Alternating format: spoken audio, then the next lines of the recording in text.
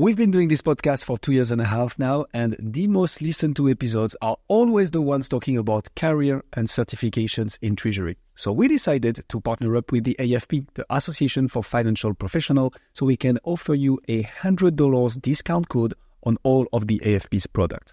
This includes, of course, the CTP, the Certified Treasury Professional, which is hands down the most renowned and recognized certification in Treasury out there. And of course, the access to the CTP exam prep platform as well. Check the link in the description to access to those discount codes and take your career to the next level.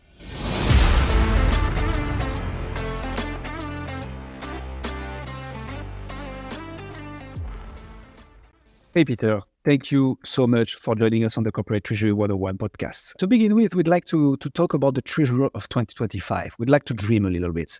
So what do you think would be the key skills that a treasurer should have in 2025 or develop, actually? What's your take on that? Well, thank you for having me, first of all. And thinking about 2025, I think it all starts off because I think this is for a lot of the audience, how to develop themselves. I think I want to mention first that it starts with finding out what drives you. So it's not so much about skills, gathering skills, because you can gather a lot of skills, but it makes sense to find out if you are a treasury technician or if you're a connector, a business person or anything like that. So start with thinking, why do I want to evolve, in what direction? What's the purpose for me in my career? And then start building up on that. And in general, what I see already over many years right now is that the really successful treasurers, in a sense, they go up in the org chart, become the director, become the group treasurer. If that's what you're looking for, and again, that's not for all of us, then making the connection to the business comes first. It is translating your expertise about cash, risk, corporate finance into what's relevant for the business. I think that is where it all starts off. That's not different for 2025 than for 2020 or 2015. I think a lot of aspects that are asked from many, let's say, employees right now, which are not Treasury specific, are also relevant for Treasury. So yeah, you've got your tax savvy, data driven people. Yeah, well, that's not a Treasury person question to ask, but it's for all people coming into the labor market right now. So I think 2025, find out what you want and build upon that, and then start developing your skills, be it technical, be it interpersonal, or whatever. That's super interesting that you barely touched upon the actual technical skills.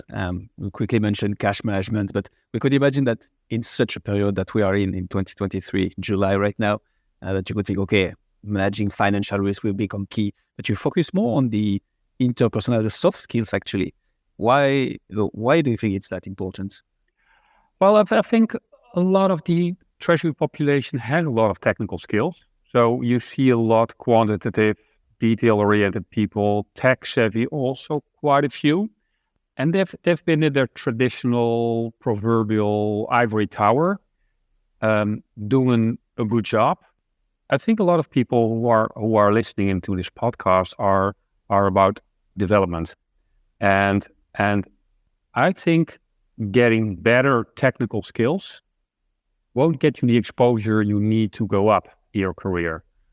There's this equation that says the effectiveness of your advice is not only the quality, but it's also the acceptance.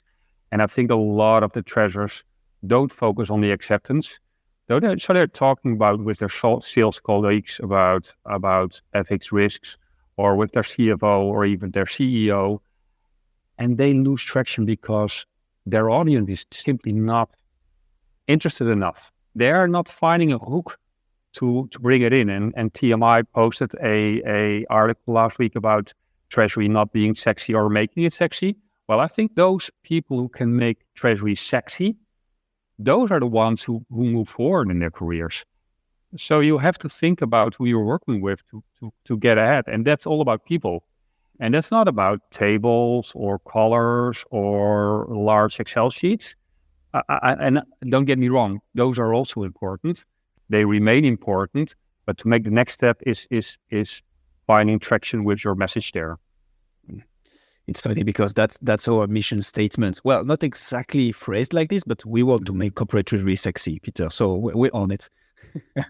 But yeah, makes a lot of sense.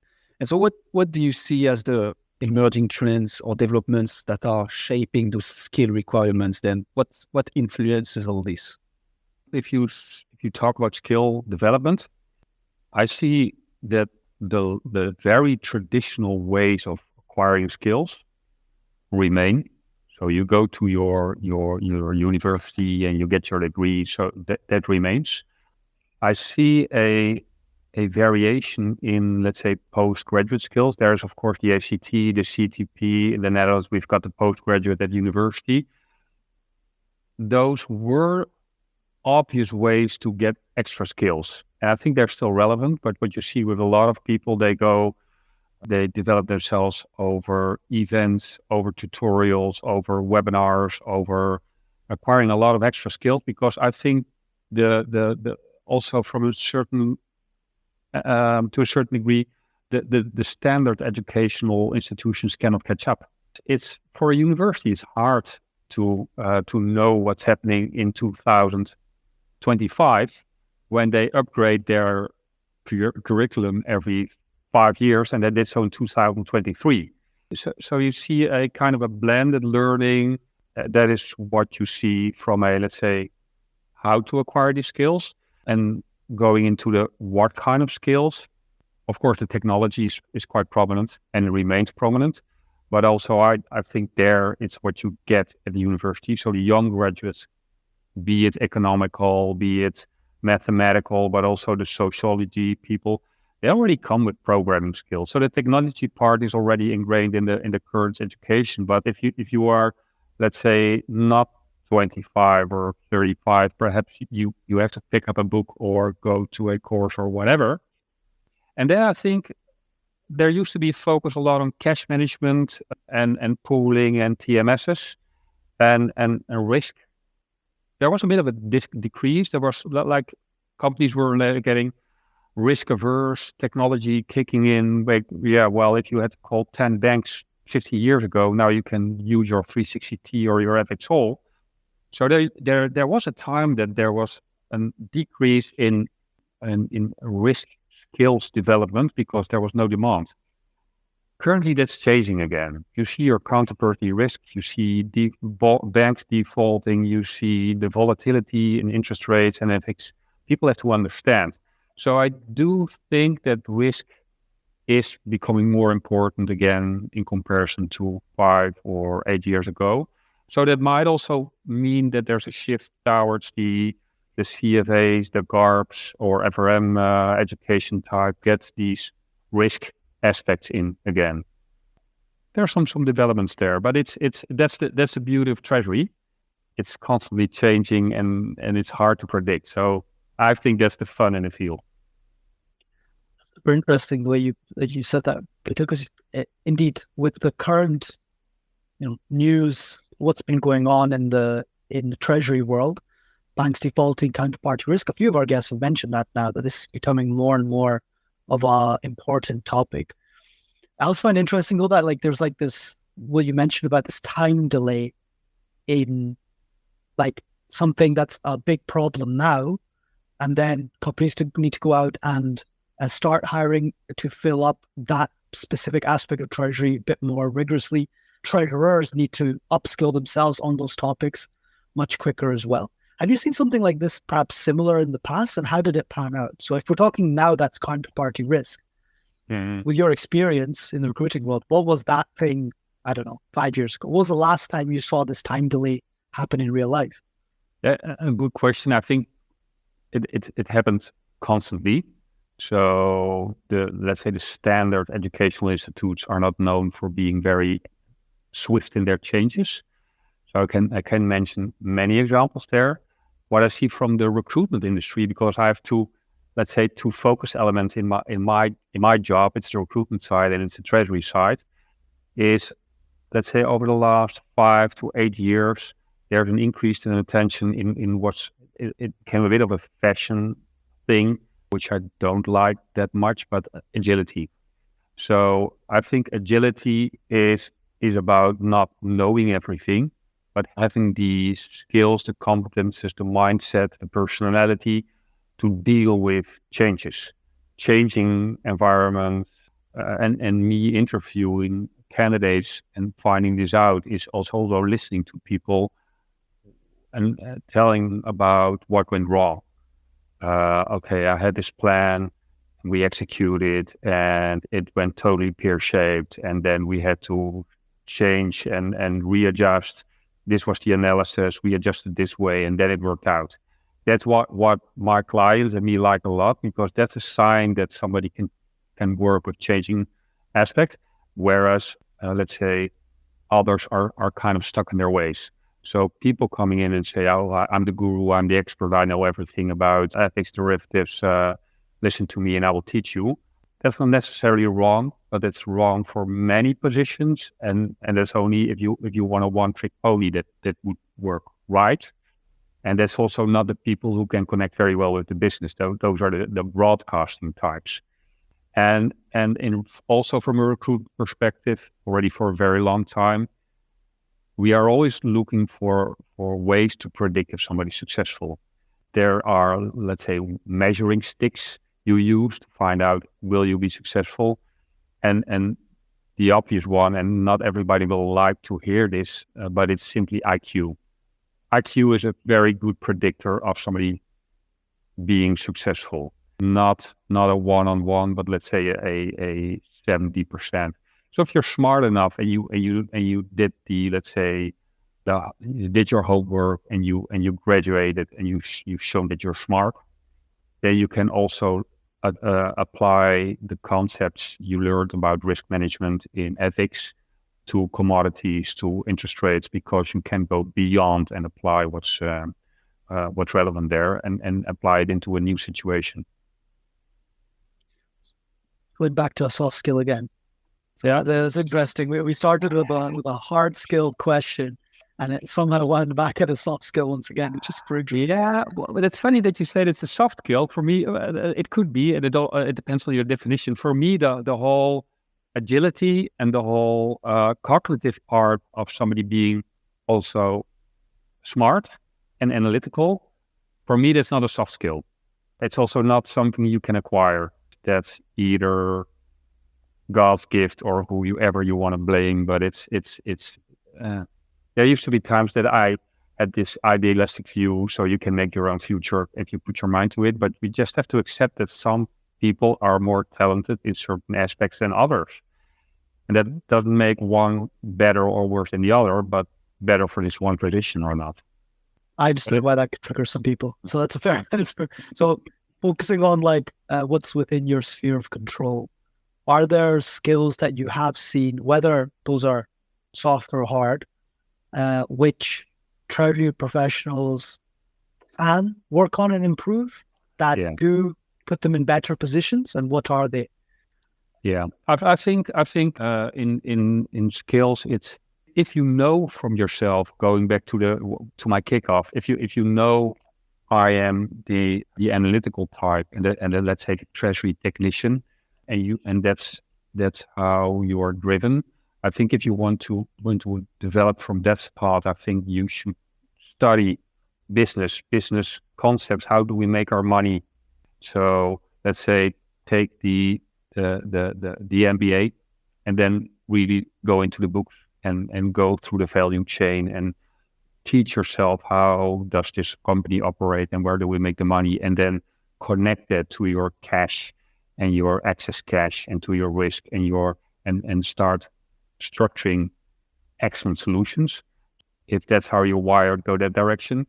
If you know I want to go up and I've got more the communication, people skills, and I want to develop those, I think it all starts with going out, listening to business leaders, listen to their strategy, and translate that in messages that will come across. So it's communication skills, but it starts all with the listening part. So, okay, I know the CEO wants to expand into that region. then I have to talk about the topic, but also I have to think about, okay, what are the words that he is using? Is he a profit, a upside driven person? Okay, what kind of solutions does he want to hear from me to improve the upside?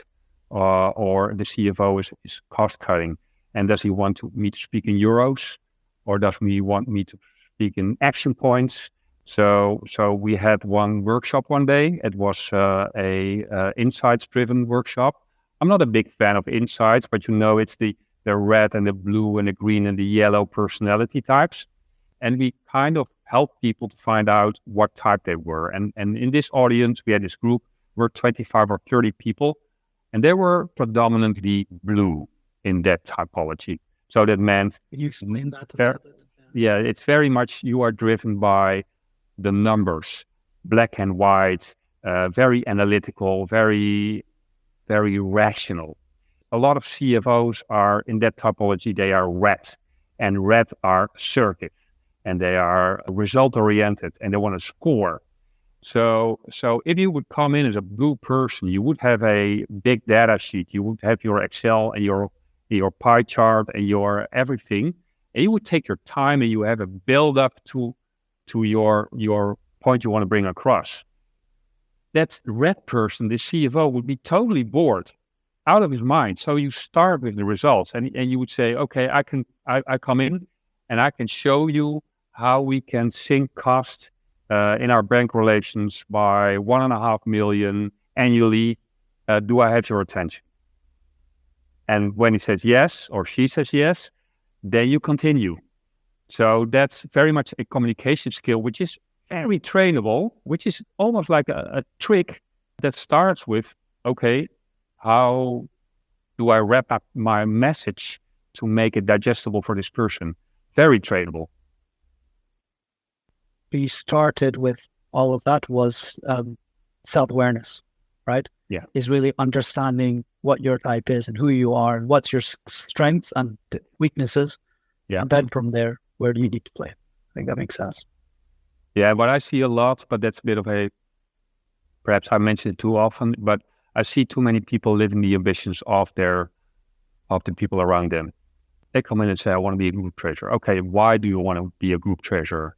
Is it the car? Is it the money? Is it what kind of challenge? Or perhaps your spouse said, okay, you are already in this job for 6 years. Now it's time to do something new. And then you have to think, is this the proper reason for me to start a career change? Or should I better stay with what drives me instead of the drivers of others for me? Oh, it makes sense. And we'll put a link in the description for the audience who might not know about this personality test. So we'll put a link towards that. Yeah. Pieter, so we've talked about in general and the focus on the soft skills, which I really love because I think a soft skill is harder to develop than a hard one, but most of them could be developed, right, through training and reps. Right. So when we look at the treasurer's role, how does that one potentially varies across industries? If so, if not, it's like rinse and repeat, that's fine. But I believe there will be nuances. Yeah. And how does this impact the required skill sets? Have you seen differences in your experience? Yeah. Well, yeah.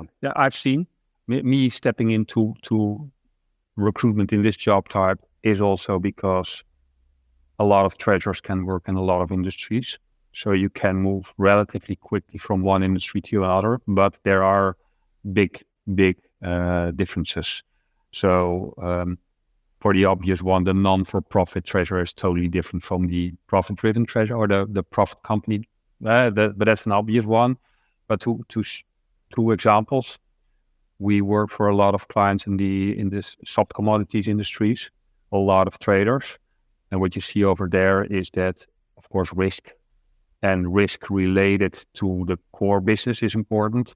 But also the traders in a trading company are very prominent and they will enter your room as a treasurer. So you have to be able to stand up because if you don't, they will tell you how to do your job. Because their results, which are connected to their bonuses, are also influenced by how you deal with in the financial markets. So what we see is that for instance, commodity traders, we need more extroverted treasurers who are very much aware of ethics. And for instance, we worked for all market leaders in the telecom industry, and there, of course, payments are very prominent because it's so many people paying their phone bill every month. And of course, luckily, treasurers don't have to deal with every single payment, but they have to be aware what's happening in a company where every month millions of payments come in, and how to automate and organize the whole thing. So industries do have an impact. I wouldn't say that you can train for a certain industry. Of course, if you want to, it makes sense to be aware of that. But you do see that people move slowly into one or the other direction. So that has an impact.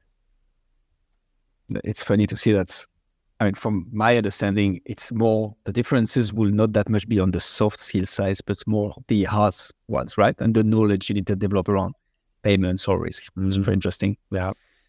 Okay. And you as a recruiter, what have you seen as being the requirements for companies when they look for their next or their group treasury or treasury professionals in general? Like if we flip the question. Yeah. If I understand you well, this is specifically what do companies look for in their next group treasurer? Yeah, it's correct. For me, that's. I think there's even a book by the name that says, "What got you here won't get you there." What I see is that there are different career stages.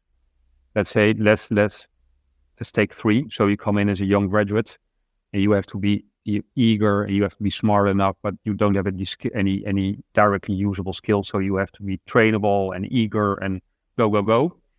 And then in the mid segment, you are recruited for direct applicable skills. That's also a part of the labor market where we have a lot of work. Okay, we are implementing Kyriba, Nomentia. We are doing a new thing in ethics. So we want somebody who has done this before because we want direct applicable skills. So that's the mid segment, and the source for the next level, of course, the director, the group treasurer, and everything related to that. So what gets you into the mid segment is your experience and your skills in that field. But if you go and want to be a group treasurer, you should be aware that your exposure and the expectations are different. So you are expected to lead a team and inspire a team and to staff a team. And you have to be able to translate this. CFO says, okay, we are going to acquire this company. Okay, what does it mean? You have to think about the more strategic part. And what you very often see is the traditional, the best sales guy becomes sales director. And then you lose your best sales guy and you get a dreadful people manager back. And that's still also what's happening in treasury. So your best technical treasurer becomes the boss, and he scares away all people, and he cannot communicate with the CEO. So what gets you there at the next level is not anymore the technical skills, because you've proven that you've got the technical skills. You open the book, you've got the proper IQ, you know the solutions. Now you have to show that you can inspire, analyze the business as a whole, be prominent and responsible for a whole team. And that's also where you are in a mid-career stage. Your career will be managed to a certain extent. So your boss will tell you, okay, let's have a annual review. What shall we do with your education? What do you want? What do you like? And if you are a group treasurer, your CFO will say, hey, your career advancement is your problem. So if you want somebody, you come and claim it and you convince me, but you get the big bucks. So you are expected to take the own responsibility for your own team, your own career. So if you are at a certain level, you have to act the role. So I think for people who want to move up to group treasurer, it's a bit of a mental shift. It's taking responsibility. So you don't get a group treasurer role, you go out and get it. You claim it.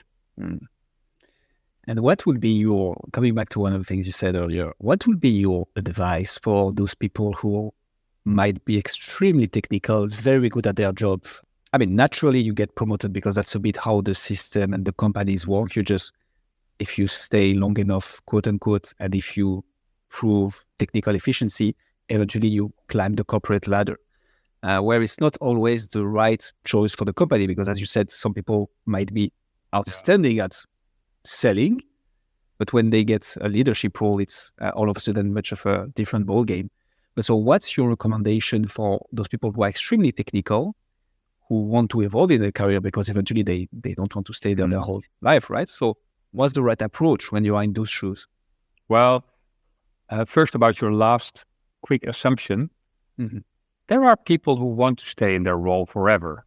I used to have a boss who mentioned the ambition of a dentist. If you study dentistry, you are 26 and you know what you will do until 67 or 70 or whatever.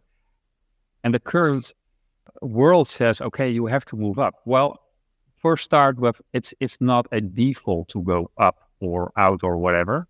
If it's your choosing. But if you want to go up and you want to change and make the next step, I think it makes sense if you, for instance, extremely driven in and technical treasure in ethics, go to the company with the biggest ethics exposures, be it the banks, be it the trading companies, be it the most international ones. And even then you can perhaps hit the ceiling. Well, there's something called the Peter principle. I don't know if you know it, but that's a theory that says that you always in your career go up until you went too far, and then you will bounce back because you hit your head and you didn't do well there. If you can prevent it, it would be nice, because it's not always nice to hit your head. And at one stage in your career, if you say, okay, there's no better place in the world for me, given my expertise, you can perhaps stay in your job and diversify. So I know of people who are the best in the trade finance, who are also teachers, work at universities, or do a lot of speaking events or write books or anything. You can be the global expert or the national expert in one field, and that can also already be enough. But I think it starts with the acceptance of, okay, I know this is what drives me. What are the consequences of this? Because this is all not rocket science. Everybody can think of this and the effects of that. But I think analyzing and understanding is not the hard part. It's the acceptance. It's accepting that there's somebody who's a junior, who will be next to you in 3 years, and will be your boss in 5 years. Some egos cannot handle that, but that's how it works in the world. Very interesting. Peter, so I've learned most about Treasury. You don't really get Treasury departments in companies until they reach a certain size, right? Before that, Treasury can typically be managed by the finance functions. A Treasury department is typically only there when you're a company that has some complexity to their Treasury that requires that, which typically would branch internationally, which means that you deal with lots of different cultures, lots of different nationalities. What kind of challenges does that bring? Because I mean, being a recruiter in the Treasury space specifically means that you're almost, maybe not exclusively, but most of the places that you're placing and most of the people you're seeing going into roles and out of roles are in that multicultural, multinational environment. Yeah. And how does that make the building of Treasury teams different to different like accounting teams, for example? And how does the cultural aspect play in that? I think this topic, I like that you touch upon this one. I think it doesn't get the attention it deserves. Perhaps it's a timing aspect.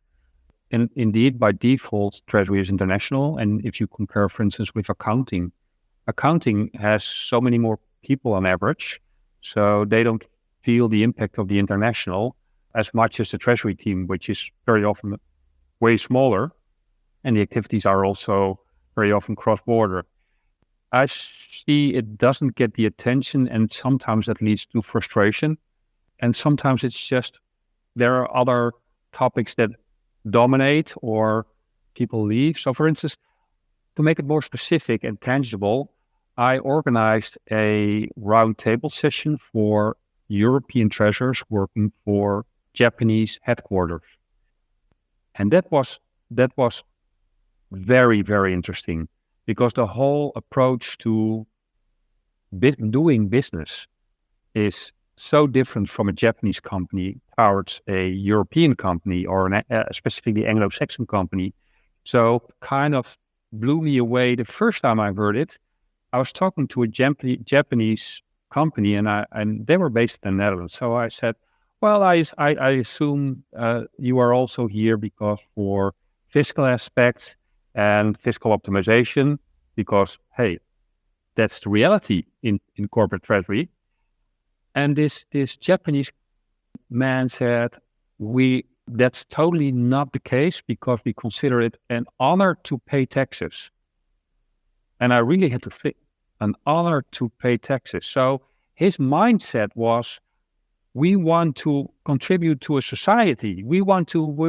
And that's so very different from what our mindset is towards business, that I really had to get my head around it. And also what you for instance saw with the people in this round table, it said, okay, we went in and we saw tons of opportunity to, for instance, sink cost, because these Japanese banks, they have high fees. So they build a business case and they can cut costs in half, and then they present to their bosses in Japan, and they hear absolutely nothing, and they present again, and and then they're frustrated. But the mindset in Japan, it's the whole concept of keeping face is like, well, Chinese or Japanese to Dutch people, for instance. The Japanese bosses don't want to tell their employees that this plan will not fly, because their relationship with their banks is already there for dozens or hundreds of years, and they will not change the relationship. So this plan will not be applied. But it's not told to the European people. That, of course, is one of many examples where things can be very, well, let's say at least interesting. And I think this whole, if you want to tackle it or you want to do with it, it all starts with awareness. Yeah, and we Dutch are known to be rude, loud, direct, and everything. And I think it's totally just so. But I see a lot of the fellow Dutch people. Well, to give another example, I dealt a lot with Romanian, and there were a lot of smart Romanian people in the room and Dutch people. And what you heard was only Dutch people. And then after a while, in an email, it turned out that the Romanian people had the best solution. So what the Dutch people would say is, those Romanian people should speak up. That was the solution of Dutch people. But what they didn't think, we Dutch people, perhaps we should shut up more and listen and give them the time to speak up and tell what they got to bring. And I think there's a wealth of things that we can get there, and we could be so much better in treasury and other fields, but it's very much untapped.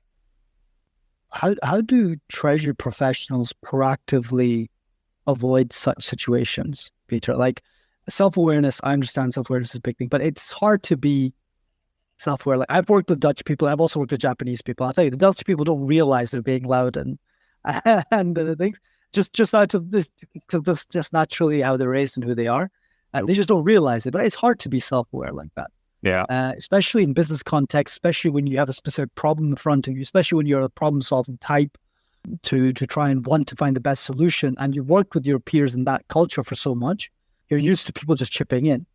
Like, have you seen people just do it very, very well? And have you seen people start very poor and develop the skill to be able to handle that very well? I think I'm more interested in that second one. That's a good question. I'm pretty sure that tomorrow I have the right person for you right now. I had a few examples there, and don't get me wrong, no research here and no preparation. I see a lot of women doing very well here. I don't suggest, well, I don't claim a correlation, but all the examples that pop up are women there. I do see that in our home market, which is the Netherlands, that there are quite a few, for instance, people from, again, Romania or Eastern European people stepping up. They land, they do well, they keep their eyes and ears open, and they take the best of all worlds and then advance relatively quickly. And that could be also because they bring, let's say, the work ethics of how they were raised, long hours, and blend them into the, let's say, more prominent communication skills. And those two combined lead to a situation that they pass their local peers, because, and this is also totally cliche, but from let's say, statistically, there are, let's say, from a working attitude, a lot of the millennials from Western Europe don't spend as many hours as, let's say, the Indian, Romanian, Chinese, Japanese. And this I say totally without any value. So the one is not better than the other, but hey, it makes total sense. If you work more hours, you get more done, and that's visible. Makes lots of sense. Yeah. So that will be focusing on maybe the challenges and potential difficulties of having inherently such a structure, right, of international treasury teams. What would be the benefits then? What do you see as being the driving force of such structure and cultural differences? Well, before we talked about the connection between the business and treasury, and I think treasury should mirror, guide, support business. It's a support function, and I think if you are aware of what's happening in the business anywhere in the world, you will be a better treasurer for it. And if you at the same time support your Brazilian colleagues as well as your Indian, as well as your Greek colleagues, and you are somehow aware of what this different in doing business means, then you will be a better treasurer for it. And also, I think about banks. Banks in various countries operate in different ways. You negotiate it in different way, and there's no one way which is the best. So the local way is best for that country. So you should listen and act upon that. So I think that's the biggest upside. At the same time, you have to be true to yourself and your own company culture, because also I think, especially in current day and age, ethics and morals around the world are not the same, and I think you can fill a whole extra podcast about that. So let's not go in that direction. But how people operate in Russia or in the Middle East or in the UK or in Japan, yeah, well, that's an interesting topic extra on top of that. Absolutely enough for a complete episode. Yeah. And so what will be we talked a lot about skills, right? What will be the specific skills that are important for working in or leading actually an international treasury team? So I think you mentioned self-awareness, that is coming back quite often, like reflection, being able to question yourself and evolve based on that. Yeah. The way you talk about it, I feel listening, and more precisely active listening, is key. Because of course you want to stand up for yourself, and back to the group treasurer example, that want to evolve, be able to advocate for your own growth and evolution. But listening is a key part. What else is out there that is necessary to work in an international treasury team? Well, what you mentioned or what you summarized is already quite a bit and quite a challenge, I think, for a lot of people. And I think the natural curiosity, constantly know what's happening, listen to podcasts like these, reading, and I think that's hard. I see for myself, and perhaps you recognize this. If you have a job and you have a lot to do, and then you also want to follow the news, and you want to follow what's relevant in treasury and its various countries, And in my case, it's treasury and recruitment, and in your case, it's other fields. So it's also digesting vast amounts of information and know what's important and relevant and what's not, and also how this changes.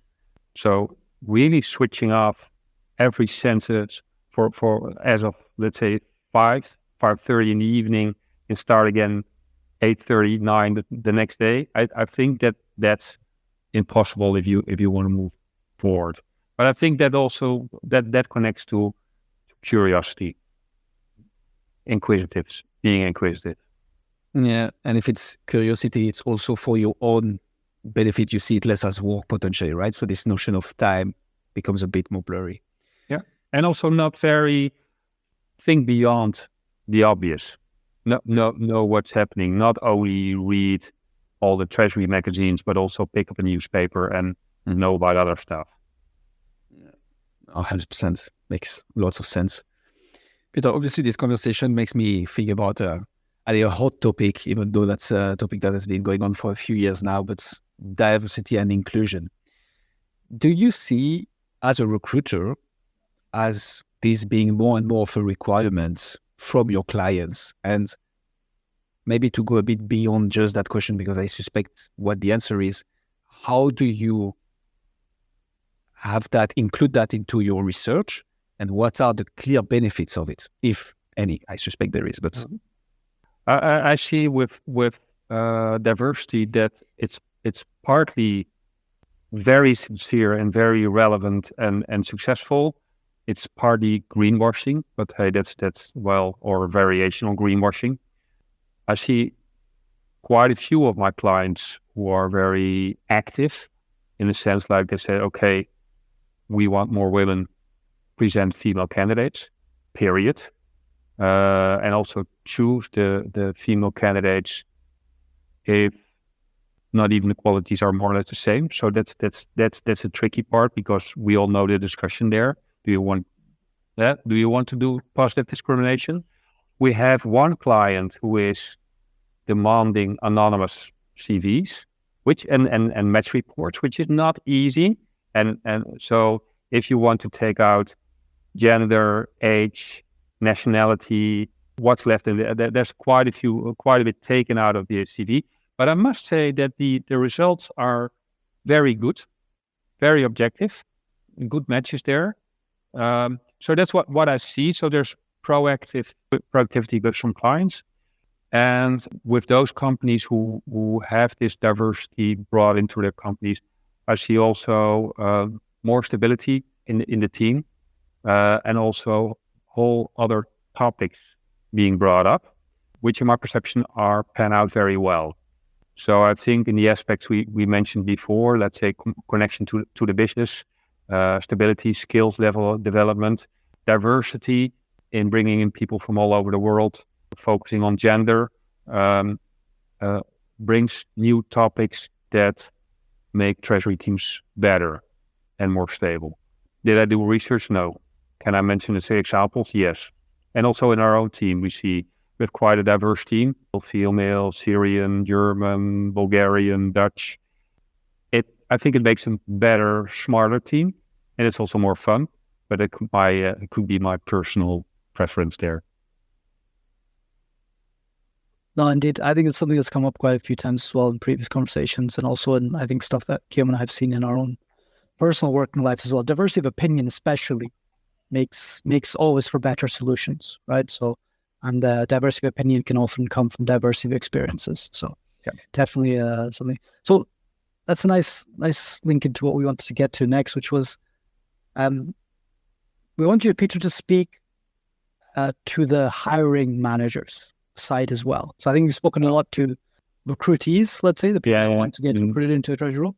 But if I'm someone inside a treasury department that needs to go about filling up my treasury department, I have specific needs. Maybe I'm particularly worried about counterparty risk at the moment, and that's something that I feel like I need to build out a little bit more. But speak more generally, what's the right approach that treasury professionals need to apply when they get to recruiting? Is it different for treasury versus other functions, for example, or is it quite common across? Partly different. I think the big difference in comparison to other finance functions, for instance, is that treasury is too small to have a lot of standardized ways. So if you recruit in accounting or control or IT, there's so much standardization in education and career paths. It's all done, and we all know that org charts for treasury teams in various companies are very different. So even if the companies are totally similar, they can have totally different structured treasury teams. And of course, only a very few treasury is a conscious career choice. So that's a big difference. So that means that if you are recruiting for a graduate, it's much more about finding the right personality and look beyond the standard skills, because somebody doesn't come in with cash management skills because that is not taught at the university. Where you go next steps, then there are a lot of similarities. So if you are recruiting for a media, I think in general what I observe right now, even more than in the past, is that taking ownership, responsibility for the whole recruitment process is key. And I see for a lot of hiring managers, as we call them, so senior treasurers, treasury managers hiring new people into their team, a lot of hiring managers think they can delegate the ownership of finding a new staff member to a internal recruiter. In my perception, that's not a smart choice, because this internal recruiter does not feel your pain. He does not feel you and your team member sitting in the evening because there's an empty chair in your team. This internal recruiter has 25 other vacancies and yours is one of them. So taking ownership, thinking about what's necessary in my team, and then act upon it, that's, in my perception, very much underappreciated. And it's also, and that's totally to my liking, don't get me wrong, for a lot of hiring managers, recruiting staff is a chore. It's a task they do not like. They do not like writing texts about who they want. They do not like to advertise, screen CVs, doing interviews. And that's great, because that, as a treasury recruiter, keeps us alive. But you cannot walk away from your responsibilities. So I think that's the same in for any hiring manager out there. I was going to say an internal recruiter, though, would have a much better grasp over, for example, company culture, right? And if someone that they're looking towards off the bat is someone that would fit the company culture, their background, their experience or whatnot.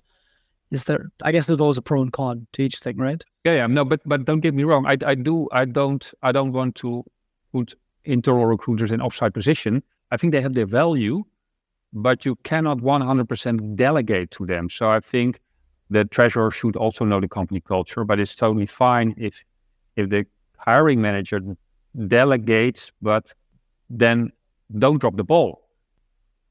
Be in the process, be on top of the process. Also, because a lot of the internal recruiters are not able to screen CVs because they don't understand treasury. What's an RCF? What's cash pooling? What does TNS stand for? It's too hard to teach an internal recruiter the treasury lingo. So you cannot step away from the whole process. And it happened more often than once that we are, as an agency, included in a search where the company tried themselves or through another agency.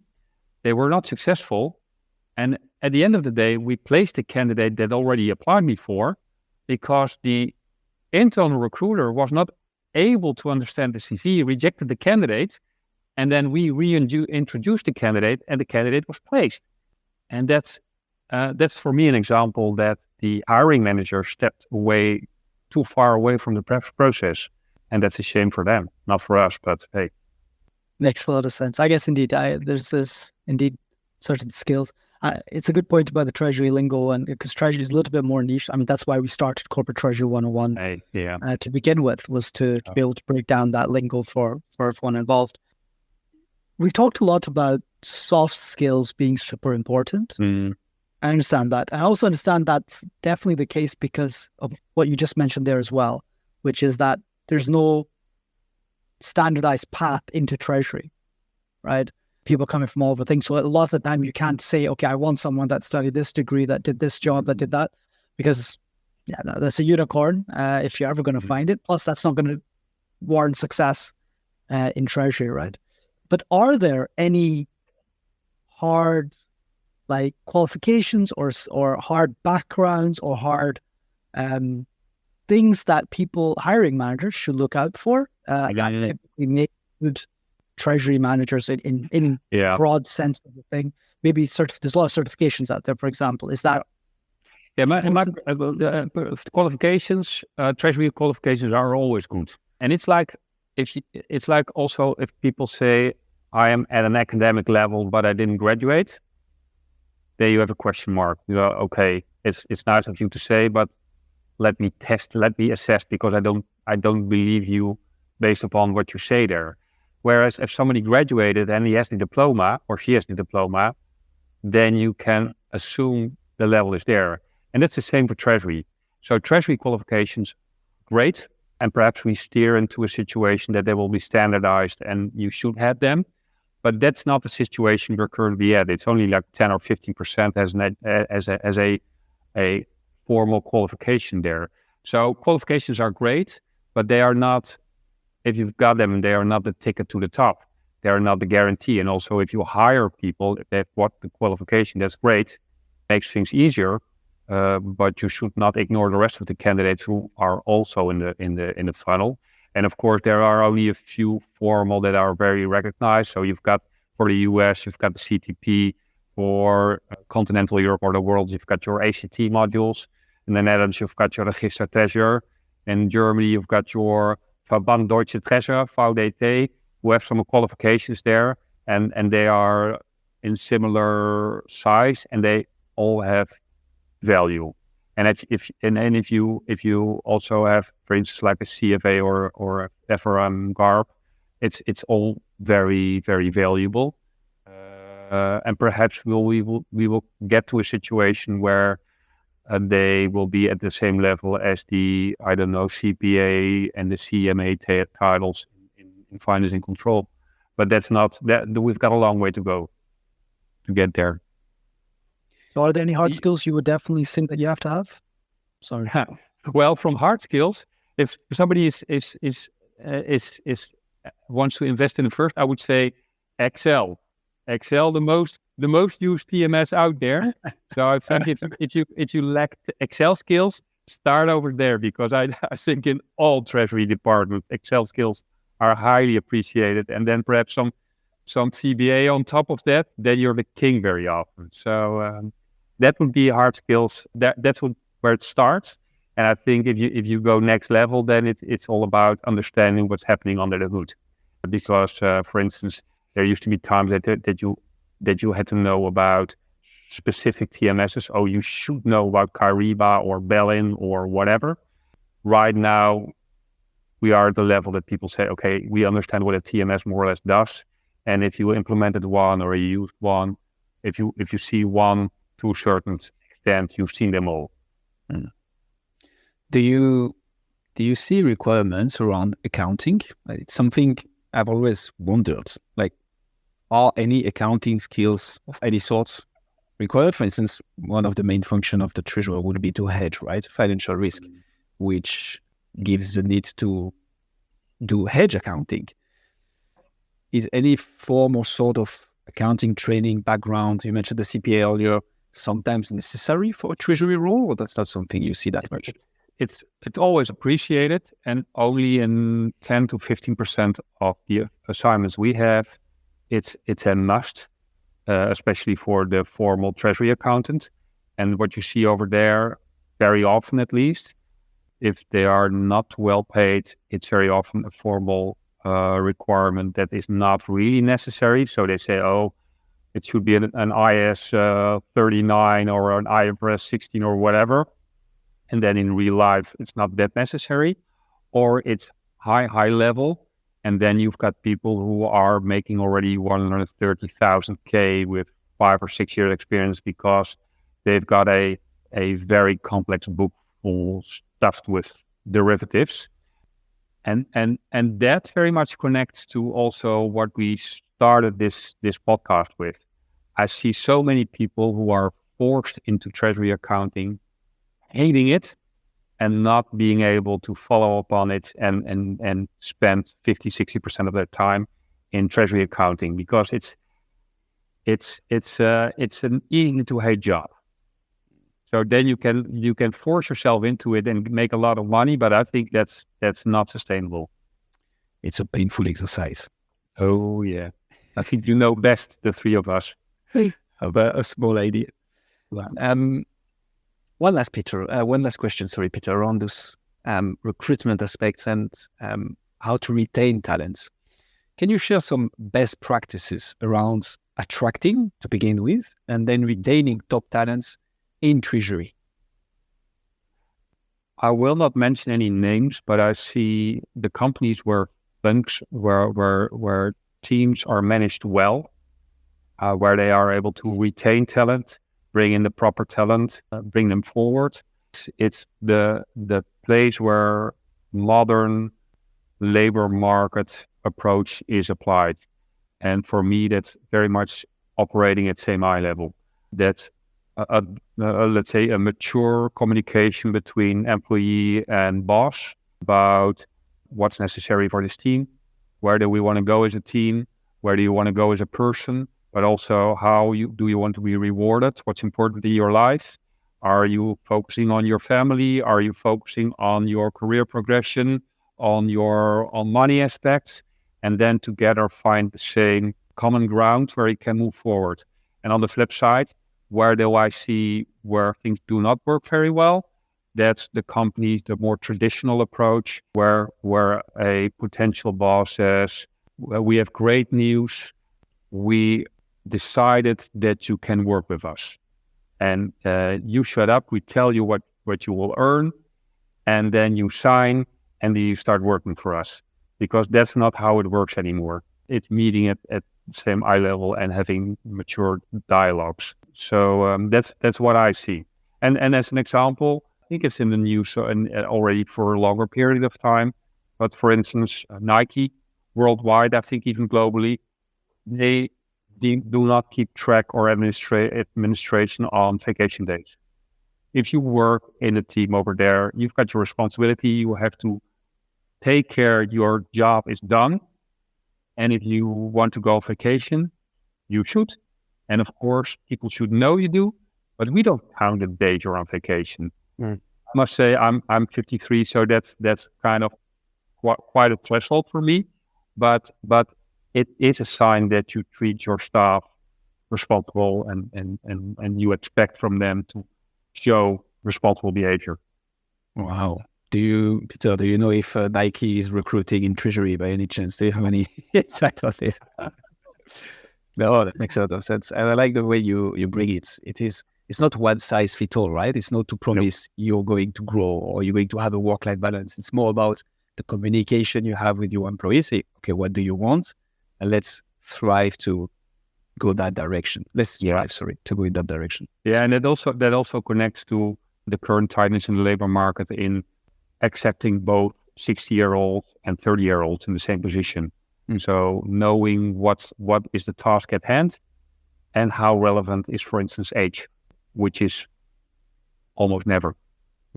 And of course, an average 60-year-old person has other drivers than a 30-year-old. Well, that's fine as long as they do the job. Makes a lot of sense. Peter, that was amazing. Is there anything else you'd like to add on the different topics we've discussed? International teams, the advices for hiring managers, or more generally around the Treasury of 2025? Anything else we didn't mention that you'd like to bring up? No, I think we covered quite a lot. And my suggestion, be honest to yourself and as a treasurer, and keep an eye on what makes you happy. And a good treasury job, of course, makes you happy, but there's so much more to life. So be honest to yourself. I think that would be it. It's a beautiful closing remark, Peter. But we do have one more question for you, which is a bit of a new segment that we ask all of our guests at the end of our episodes now. where do you see the role of AI in the world of treasury going forward? We haven't really talked about it at all. How do you think it's going to change the world of treasury from your professional experience? I think there will be a huge impact, and I think the speed is decided upon acceptance, as with so many developments. So you can already buy a self-driving car, but it's not allowed through all kinds of acceptance through law and everything. And I think that's the same with AI in treasury. I think AI can do a lot of, especially of the standard tasks already, but it's not accepted. I don't think that group treasurers and the CFOs are willing to give up the wheel. So I think for now there's a lot of research and experimenting to be done. Also there, I think it's not specific to treasury. What is specific, of course, to treasury is we're talking about money, and in treasury teams for large amounts of money, and that always makes things more complex or more important. So I think the thoroughness applied will be much higher, and I think it's exciting times, but at the same time, it will take a while. And if you go back, I'm now 30 years in recruitment and in treasury. There already have been quite a few times that people said, okay, this is the next big change and everything will be different. And I don't want to sound cynical, because I think in 30 years this might be the biggest one. But I don't think if we will meet again in 5 years in another podcast that only 10% remained of treasury and 90% is different. But okay, perhaps. Has been said. Pieter, that's amazing. Thank you so much. If people would like to know more about you, Treasury Search or Treasury Excel, where should they go? I think the obvious way to go is LinkedIn, of course. Our website, Treasurer Search, is a dreadful word, but Treasurer Search is the name of my company. So we've got our website. LinkedIn is very prominent in our markets, post regularly on Treasury Excel. And of course, we'll be at Eurofinance and all the big events, Adaptability, Duct, etc., etc. So that would be the obvious way to go. And I suppose we'll have another session in the future. So also Treasury 101. Spoiler alert. Yeah, indeed. No, perfect. We'll put all the links in the description. Pieter, thank you so much. Thank you very much. And thank you. See you next time.